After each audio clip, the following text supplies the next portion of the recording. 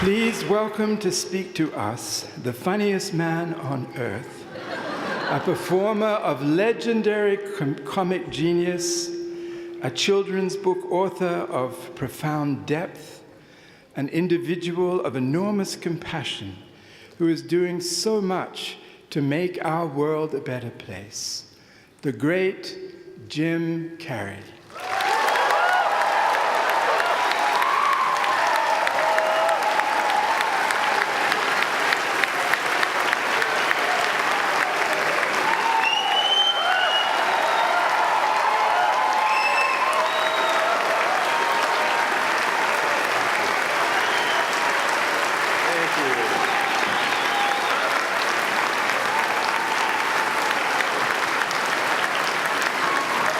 Sitting down for? I was going to milk that for a while. You guys can stretch that out in post, right? You can make that longer in the edit. Thank you, Bevin. Thank you all. Jai Guru Dev.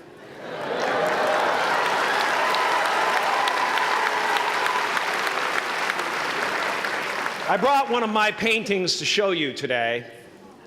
I hope you guys are going to be able to see it okay. It's not one of my bigger pieces, so you might want to move down front. Get a good look at it. Faculty, parents, friends, dignified guests, graduating class of 2014. And all the dead baseball players coming out of the corn to be with us today. After the harvest, there's no place for them to hide. Fields are empty. There's no cover there. I'm here to plant a seed today, a seed that will inspire you to move forward in life with enthusiastic hearts and a clear sense of wholeness. The question is, will that seed have a chance to take root, or will I be sued by Monsanto and forced to use their seed?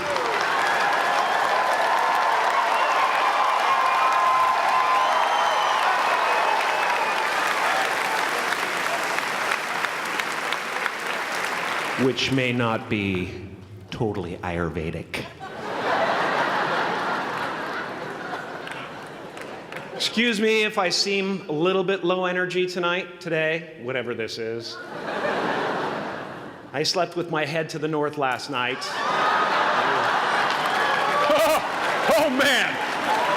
Oh man! You know how that is, right, kids? Yeah. Woke up right in the middle of Pitta, couldn't get back to sleep till Vata rolled around. Crazy.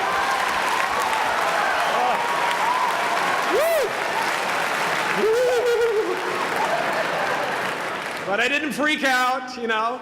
I used that time to eat a large meal.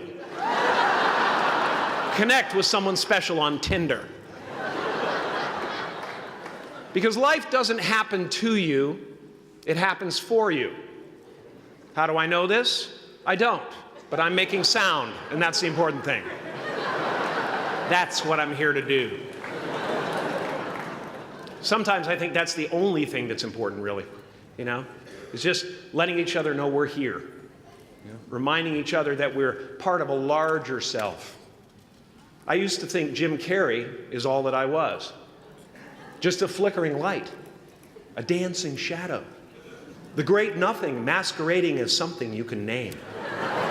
Seeking shelter in caves and foxholes dug out hastily, an archer searching for his target in the mirror, wounded only by my own arrows, begging to be enslaved, pleading for my chains, blinded by longing and tripping over paradise.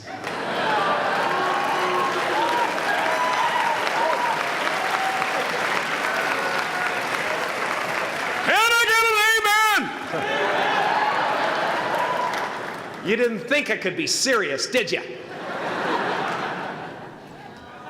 I don't think you understand who you're dealing with. I have no limits.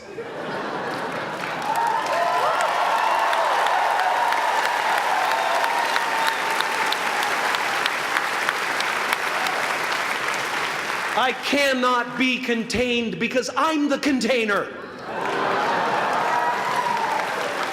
You can't contain the container, man. You can't contain the container. I used to believe that who I was ended at the edge of my skin, that I had been given this little vehicle called a body from which to experience creation. And though I couldn't have asked for a sportier model, it was, after all, a loaner and would have to be returned. Then I learned that everything outside the vehicle was part of me too. And now I drive a convertible.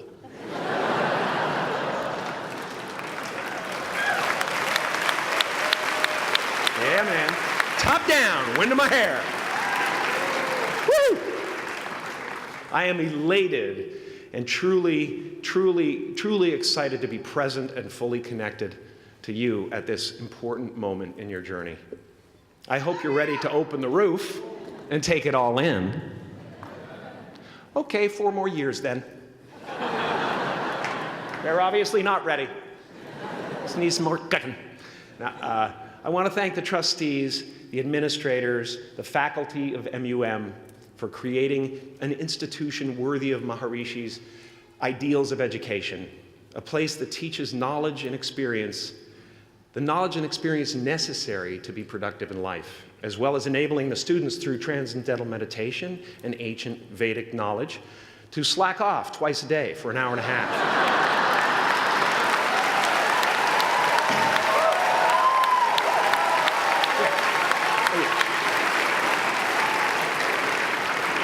Don't think you're fooling me. But I guess it has some benefits. It does allow you to separate who you truly are and what's real from the stories that run through your head. You have given them the ability to walk behind the mind's elaborate set decoration and to see that there's a huge difference between a dog that is going to eat you in your mind and an actual dog that is going to eat you.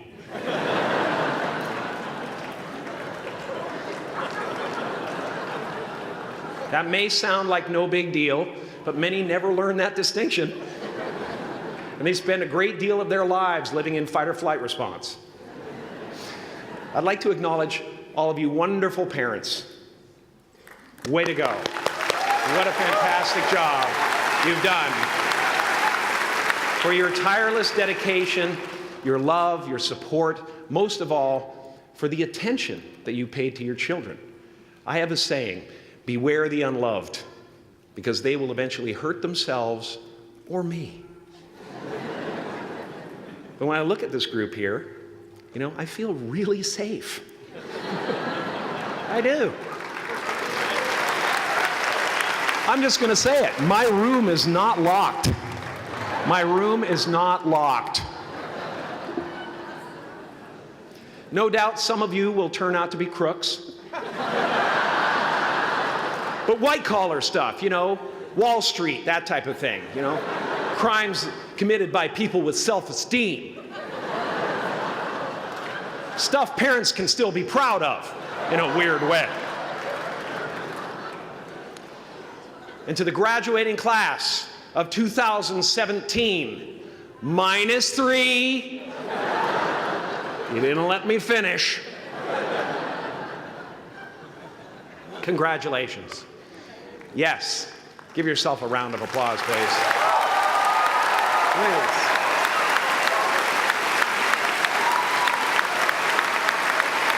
Yeah.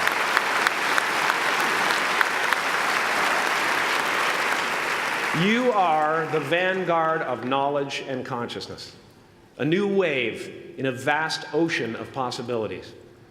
On the other side of that door, there's a world starving for new ideas, new leadership. I've been out there for 30 years. She's a wildcat. Oh, she'll rub up against your leg and purr until you pick her up and start petting her, and then out of nowhere, she'll swat you in the face. It can be rough out there, but that's okay, because there's soft serve ice cream with sprinkles. I guess that's what I'm really trying to say here today. Sometimes it's okay to eat your feelings. Now, fear is going to be a player in your life, but you get to decide how much. You can spend your whole life imagining ghosts, worrying about the pathway to the future, but all there will ever be is what's happening here, and the decisions we make in this moment, which are based in either love or fear. So many of us choose our path out of fear disguised as practicality. What we really want seems impossibly out of reach and ridiculous to expect, so we never dare to ask the universe for it. I'm saying I'm the proof that you can ask the universe for it. Please.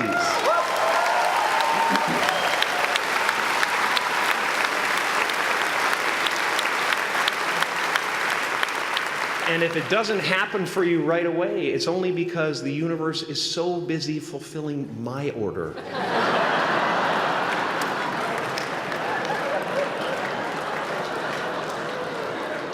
Party size! My father could have been a great comedian, but he didn't believe that that was possible for him. And so he made a conservative choice. Instead, he got a safe job as an accountant. And when I was 12 years old, he was let go from that safe job. And our family had to do whatever we could to survive. I learned many great lessons from my father, not the least of which was that you can fail at what you don't want.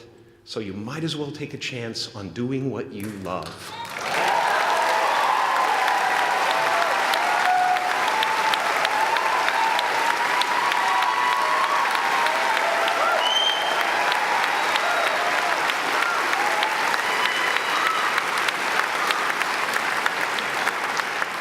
It's not the only thing he taught me, though.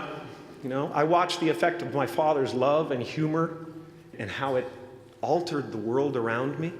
And I thought, that's something to do. That's something worth my time. It wasn't long before I started acting up. You know, people would come over to the house and they'd be greeted by a 7-year-old throwing himself down a large flight of stairs. They would say, "What happened?" And I would say, "I don't know. Let's check the replay." I'd go back to the top of the stairs and come back down in slow motion.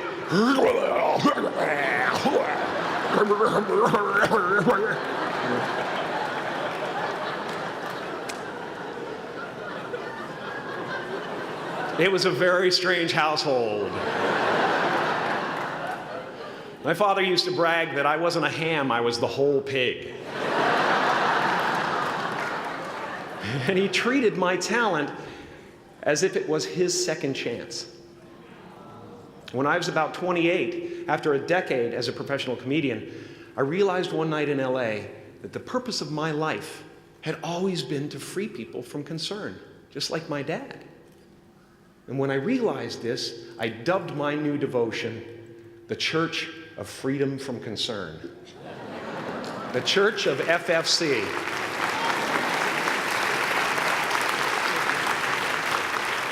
And I dedicated myself to that ministry. What's yours? How will you serve the world? What do they need that your talent can provide? That's all you have to figure out. As someone who's done what you're about to go and do, I can tell you from experience, the effect you have on others is the most valuable currency there is.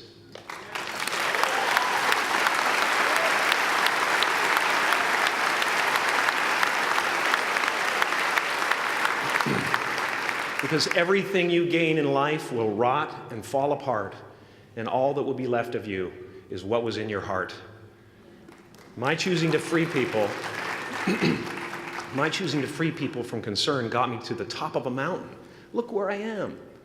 Look what I get to do. Everywhere I go. I'm going to get emotional because when I tap into this, it really is extraordinary to me. I did something that made people present their best selves to me wherever I go.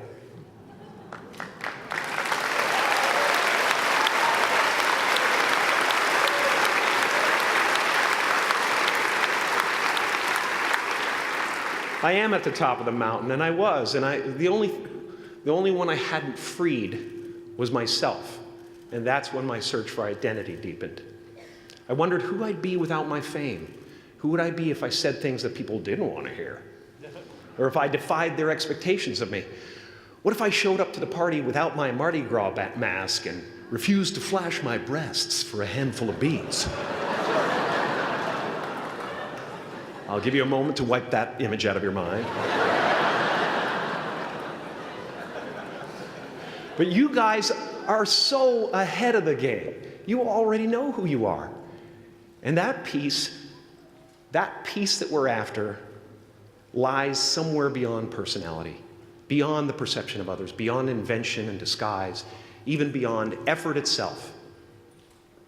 You can join the game, fight the wars, play with form all you want, but to find real peace, you have to let the armor go.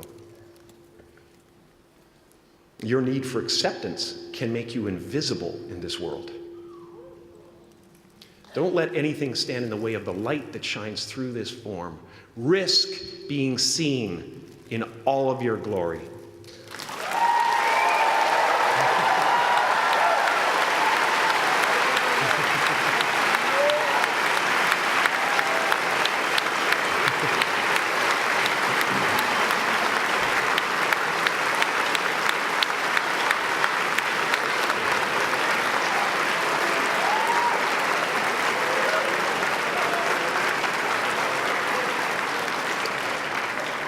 It's not big enough. This painting is big for a reason. It's called high visibility. It's about picking up the light and daring to be seen. Here's the tricky part. Everyone is attracted to the light. The party host up at the top, who thinks unconsciousness is bliss and is always offering to drink from the bottles that empty you. Misery below her. Despises the light, can't stand when you're doing well, wishes you nothing but the worst. The Queen of Diamonds, under him, needs a king to build her house of cards. And the hollow one down bottom there will cling to your leg and say, please don't leave me behind, for I have abandoned myself. Even those who are closest to you and most in love with you, the people you love most in the world, will find clarity confronting at times. This painting took me thousands of hours to complete. And when I was finished, thank you, thousands of hours, yes. I'll never get them back. I'll never get them back. I worked on this for so long. I was weeks and weeks like a madman alone on the scaffolding. And when I was finished, one of my friends said, this would be a cool blacklight painting. So I started over.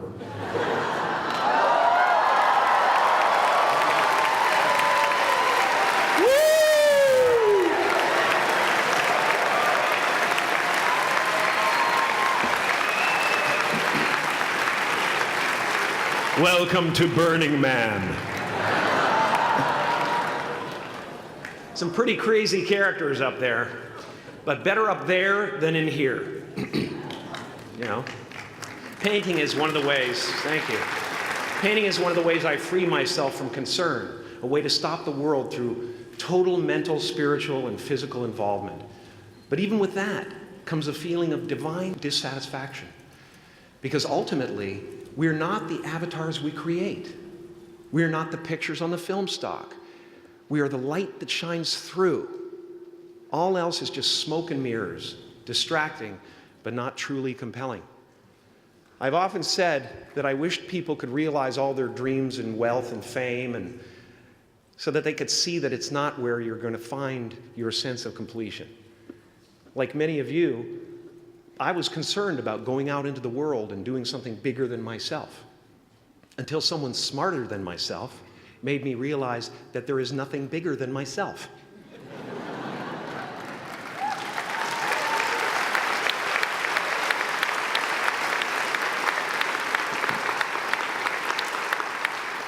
My soul is not contained within the limits of my body. My body is contained within the limitlessness of my soul. One unified field.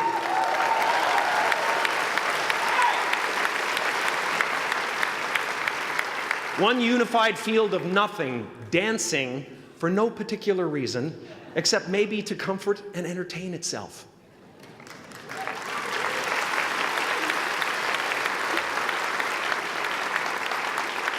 As that shift happens in you, you won't be feeling the world, you'll be felt by it. You'll be embraced by it. Now I'm always at the beginning. I have a reset button, and I ride that button constantly. Once that button is functioning in your life, there's no story that the mind could create that will be as compelling. The imagination is always manufacturing scenarios, both good and bad, and the ego tries to keep you trapped in the multiplex of the mind.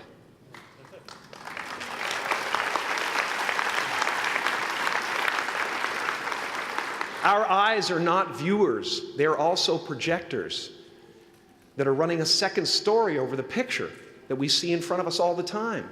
Fear is writing that script, and the working title is, I'll Never Be Enough.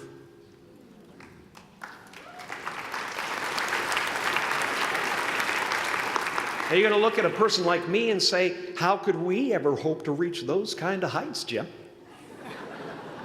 How can we make a painting that's too big for our home? How do you fly so high without a special breathing apparatus? This is the voice of the ego. And if you listen to it, there will always be someone who's doing better than you. No matter what you gain, ego will not let you rest. It will tell you that you cannot stop until you've left an indelible mark on the earth, until you've achieved immortality. How tricky is this ego that it would tempt us with the promise of something we already possess?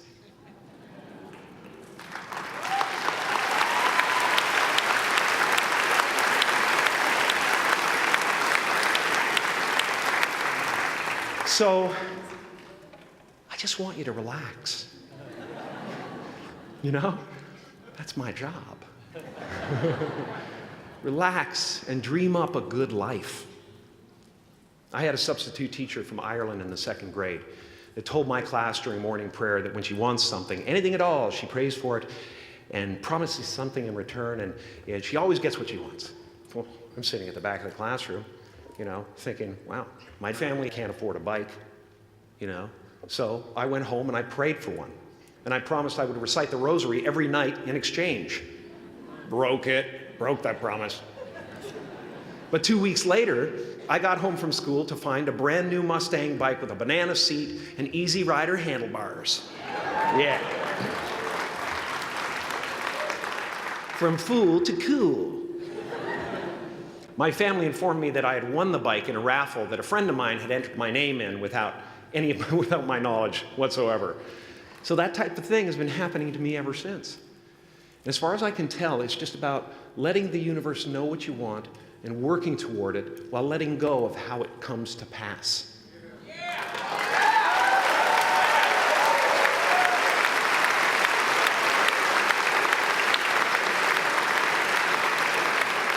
Your job is not to figure out how it's going to happen for you, but to open the door in your head. And when the door opens in real life, just walk through it.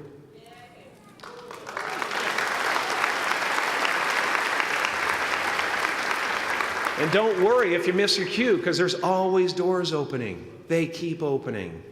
And when I say life doesn't happen to you, it happens for you, I really don't know if that's true. I'm just making a conscious choice to perceive challenges as something beneficial so that I can deal with them in the most productive way. You'll come up with your own style. That's part of the fun. Oh, and why not take a chance on faith as well?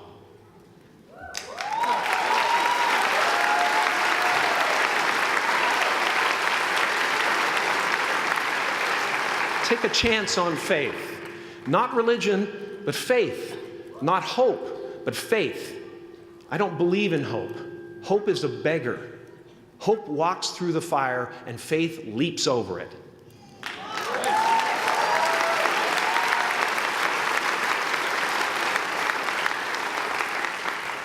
You are ready and able to do beautiful things in this world. And after you walk through those doors today, You will only ever have two choices, love or fear. Choose love, and don't ever let fear turn you against your playful heart. Thank you so much. Thank you, Dad. I'm so honored.